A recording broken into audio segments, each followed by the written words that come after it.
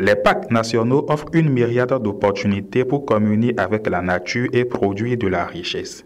Dans le cadre d'une bonne gestion de ces derniers, le gouvernement béninois a fait l'option de déléguer la gestion des parcs nationaux de la Pendjari et du W à l'ONG African Park Network, vu son expérience et son expertise en vue d'une gestion efficiente durable de ces aires protégées. Le ministre du Cadre de vie et des Transports chargé du développement durable, José Tonato, expose les obligations de African Park Network en ce qui concerne la gestion de ces espaces et insiste.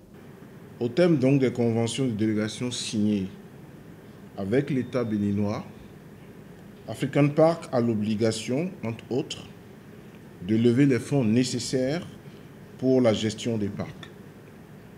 Mais le gouvernement s'est aussi engagé à accorder à African Park une contribution annuelle au montant global de la subvention d'exploitation des 10 parcs.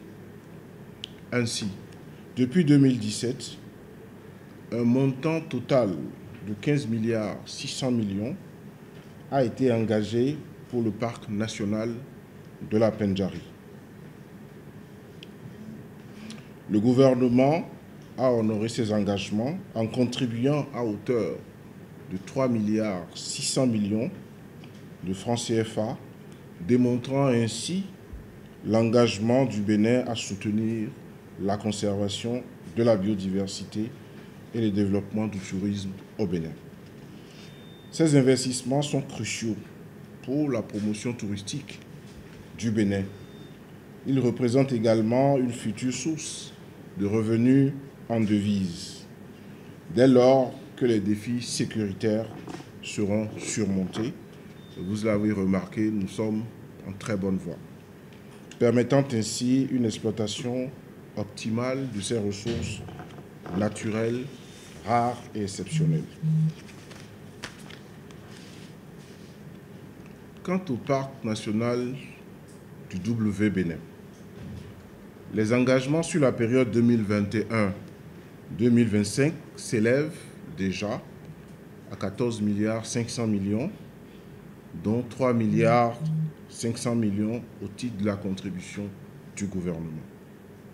En 6 ans, la gestion pour le parc, en 6 ans de gestion pour le parc national de la Pendjari et 3 ans pour le W, de grandes avancées ont été enregistrées, notamment la construction des infrastructures nécessaires pour l'exploitation, la surveillance, la protection des parcs, le recrutement de rangers en nombre important pour la surveillance et la protection effective de ces parcs et une réduction sensible du braconnage. La mise en œuvre d'importants projets de conservation de l'habitat et de suivi écologique, notamment la pose du collier satellitaire pour la surveillance d'espèces phares comme le lion, l'éléphant, le damalisque, etc. Et la préparation de projets de translocation d'espèces comme le rhinocéros noir, l'élan de Derby, l'autruche à cou rouge, la girafe et autres.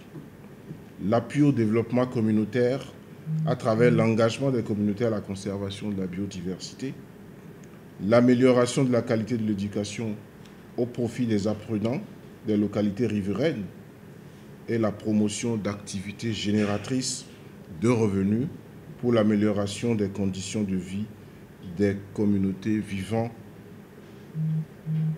dans les parcs, autour des parcs, surtout autour des parcs. L'indemnisation des victimes des conflits hommes-faune est également un apport remarquable dans la gestion des parcs ces dernières années.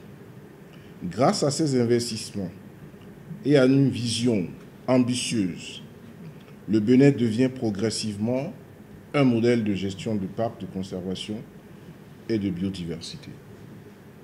Cette position de leader a un impact significatif dans notre sous-région. La réussite dans la gestion des parcs au Bénin sert également d'exemple, de levier et d'inspiration pour les autres pays. Le représentant résident d'African Park Network au Bénin, M. Hugues Aponan, à travers une présentation, énumère quelques actions et activités en cours et à venir pour faire des parcs béninois des vecteurs de la protection de la nature et de production de richesses. En termes d'activité, il y aura ce téléthon. Nous avons mis en place une plateforme digitale en suivant les recommandations du gouvernement dans ce sens pour des questions de transparence dans la mobilisation et la gestion de ces fonds. Donc une plateforme digitale de collecte de fonds sécurisés sous contrôle du CIE qui a été mise en place, qui permettra à chacun de contribuer à sa manière.